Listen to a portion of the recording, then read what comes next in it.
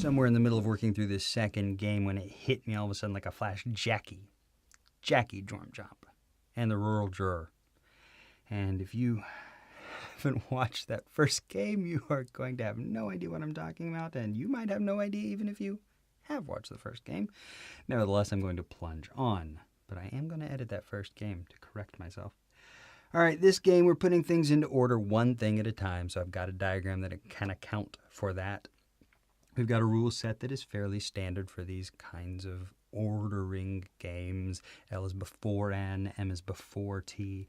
L and O are separated by exactly one space, so there's no movement between them, although the handle I put on that suitcase shows me that it might be L blank O or it might be O blank L. Same thing with Rule 4. And Rule 5, P is either first or last, and since P is one space away from M, M is either third or else fifth. All right, let's answer questions. Question 7, what could be true? Notice that if you try to do any of A, B, C, or E, you're just going to break rules. S seventh, on the other hand, I mean, that's just not a problem. That means P is first, away from M by one space. We've got to have L and O separated. And L has to be before N, M has to be before T. There is one way that we could put S seventh. Question 8. If O is before M, then that fifth performer could be. All right. If you're going to put O before M, either M is here or else M is here, because P is first or last. O is before, O is somewhere before. And then you've got L, one space away from O, and then L and M are in front of N and T, but that's happening. So we've got T, N, S in some order back there.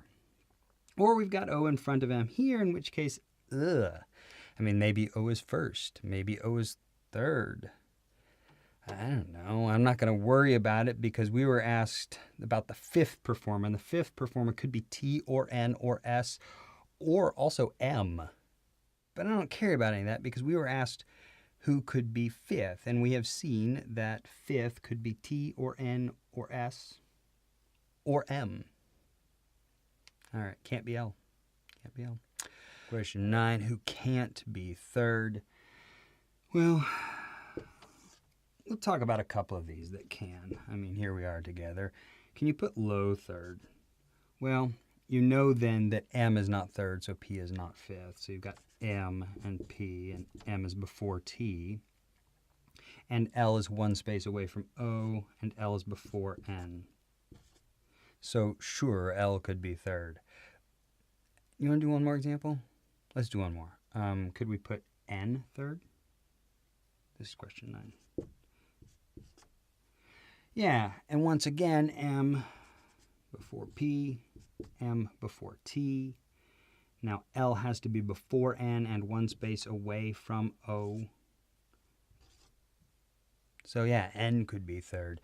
But S can't be third. Let's see why. Put S third. Once again, M, one space away from P. M is before T. And now we have to separate L and O by one space, which means they have to wrap around S here. But either way we do it, N has to be first, and L is now after N. That breaks rule 1. We can't do that. S cannot be third. Question 10 then. If S is immediately before T, why can't you put Thomas fifth? And S is immediately before. And that means that M, which is before, has to be third, away from P. Where are you going to put L and O? We've got no room to put L and O one space away from each other. You cannot do this. If S is right before T, T is not fifth. Finally, then, question 11. The order is completely determined if which of the following is true. And look what happens if you put S first. Question 11. Start with S. That means that's not P. This is P. And look how the dominoes will just fall.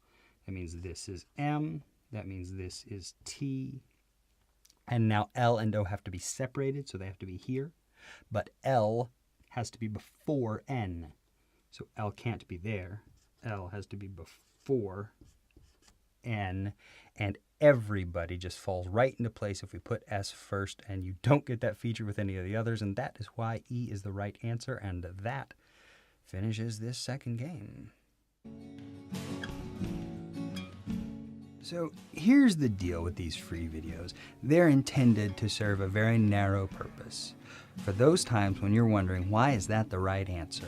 You can just come here for a complete library and find out why it was the right answer. And I hope that you'll find that it was very instructive. Of course, the other part of the deal is that since LSAC publishes all of their tests along with test keys, that means that there's no barrier to entry for test prep. And you can hear the air quotes, I hope. Anybody can, and lots of people have, set up shop and call themselves test prep companies. And they've got the questions, they've got the answer keys, and they just try to explain to you why the right answer is right. And then they charge you money for it? That is wrong. I want to put a stop to it. I want to sweep the legs right out from under them. It is bad for you. It's bad for me too. So if you want to know what the right answer is and why the right answer is right, I want you to be able to come here and find it out for free without paying anybody for it. That's very different from what I do in the paid course. What I think has value about what I do is that I can tell you ahead of time what every question wants from you, what to expect from the right answer, how to formulate a right answer, and then how you can expect wrong answers to sound, so that you know before you ever open up a test book exactly what to expect. And all the practice videos that are part of the paid course are just me putting that theory into practice. It's just the rubber meeting the road. In other words, I'm going to show you, based on what we've done before, how we're going to react when it comes up next time. And that bit, knowing what to do the next time you see something, that I think is worth paying for. And if you agree, I'd love to have you in the course.